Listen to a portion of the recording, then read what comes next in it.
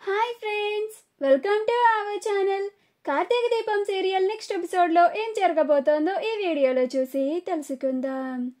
కొన ఊపిరితో ఉన్న దీప అసలేం జరిగింది అని తెలుసుకోవడానికి ఈ వీడియోని స్కిప్ చేయకుండా ఎండ్ వరకు చూసేయండి.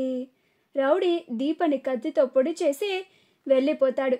కార్తీక్ ఎంతసేపు చూసినా కానీ దీప ఏంటి బయటికి రావడం లేదు అని ఇంటి లోపలికొచ్చి దీప దీపా అని దీపని వెతుకుతూ ఉంటాడు. అలా తన కాలికి రక్తం మడుగు స్పర్శ తెలిసి డోర్ని ఓపెన్ చేసి చూస్తే దీప పడిపోయి ఉంటుంది. అలా కార్తీక్ దీపని చూసి దీపా దీపా ఏంటిది దీపా, ఎవరు నిన్ను ఇలా పొడి చేసింది అని చాలా కంగారు పడిపోతూ ఉంటాడు. దీప కార్తీక్ బాబు అని అంటూ స్పృహ కోల్పోతుంది. అప్పుడు కార్తీక్ దీపా దీపా అని దీపని లేపాలని ప్రయత్నిస్తూ ఉంటాడు. అలా దీపని తన చేతులతో ఎత్తుకొని హాస్పిటల్కి తీసుకెళ్తాడు. శౌర్య కార్తీక్కి కాల్ చేస్తూ ఉంటుంది. ఆ రౌడీ గౌతమ్కి కాల్ చేసి, సార్ మీరు చెప్పిన పని పూర్తయిపోయింది, మీరు చెప్పినట్లుగానే దీపని పొడి చేశాను అని అంటాడు.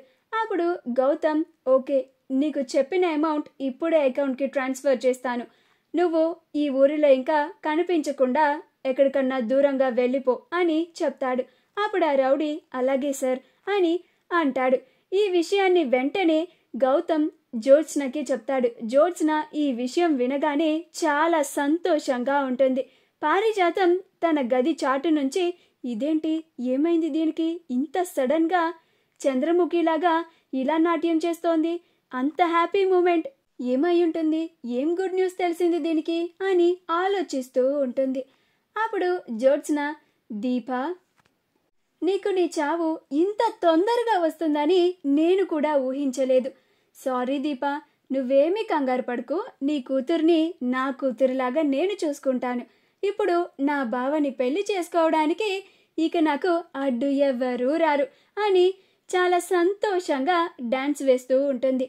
ఇది చూసి పారిజాతం ఏంటి దీపకి చావు దగ్గరికి రావడం ఏంటి, అంటే జ్యోత్స్న దీపని చంపించడానికి ప్రయత్నిస్తోందా అని ఆలోచిస్తూ ఉంటుంది.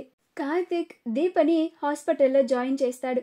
ఈ విషయాన్ని వెంటనే అనసూయ కాంచనలకు కూడా చెప్తాడు. కావేరి వాళ్ళకు కూడా ఈ విషయం తెలిసి వెంటనే పరుగున హాస్పిటల్కి వస్తారు. కాంచన అనసూయలు ఇద్దరు చాలా ఏడుస్తూ ఉంటారు. అప్పుడు కాంచన ఏంటక్క ఇలా జరిగింది, దీప క్షేమంగా బెయిల్ మీద ఇంటికి తిరిగి వచ్చిందని మనం మొక్కుని తీర్చుకోవడానికి గుడికి వెళ్తే ఇలా ఎవరో వచ్చి దీపని పొడి చేయడం ఏంటక్క, దీపని చంపేంత పగ ఎవరికుందక్క అని ఏడుస్తూ ఉంటుంది. అప్పుడు అనసూయ బాధపడుకు చెల్లమ్మ, నాకు అదే అర్థం కావడం లేదు, దీప లాంటి మంచి మనిషిని ఎవరు చంపాలనుకుంటారు, మన దీప ఎవ్వరికి అన్యాయం తలబెట్టే మనిషి కాదు అని బాధపడుతూ ఉంటుంది. శౌర్య అమ్మ అని ఏడుస్తూ ఉంటుంది. కార్తీక్ కూడా కన్నీళ్లు పెట్టుకుంటూ ఉంటాడు. కావేరి వచ్చి కాంచన అనసూయలని ఓదారుస్తూ ఉంటుంది. శ్రీధర్ కూడా వచ్చి దీప గురించి ఎలా పడితే అలా మాట్లాడుతూ ఉంటాడు. సరిపోయింది, మొన్న మా బావగారిని చంపాలని చూసింది, ఇప్పుడు ఈ దీపని ఎవరో చంపాలని చూశారు, దెబ్బకి దెబ్బ మనం చేసిన తప్పులు మనకే వచ్చి చుట్టుకుంటాయి అంటారు. ఆ దీప ఒకరి ప్రాణం తీయాలనుకుంది కాబట్టే ఇలా ఇంకొకరు వచ్చి దీప ప్రాణాన్నే తీయాలని చూస్తున్నారు, కర్మ అసలు ఎవ్వరిని వదిలిపెట్టదు అంటారు, అది ఇదే అని అంటూ ఉంటాడు.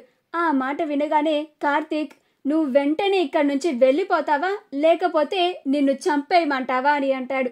అప్పుడు శ్రీధర్ ఇది మరీ బాగుంది, నువ్వు నన్ను చంపడం ఏంటిరా, నీకేమన్నా పిచ్చి పట్టిందా ఏంటిరా, ఆ దీప ఒకరి ప్రాణాన్ని తీయాలనుకుంది కాబట్టి ఇప్పుడు ఆ దీప అలాంటి పరిస్థితుల్లో ఉంది అని అంటాడు.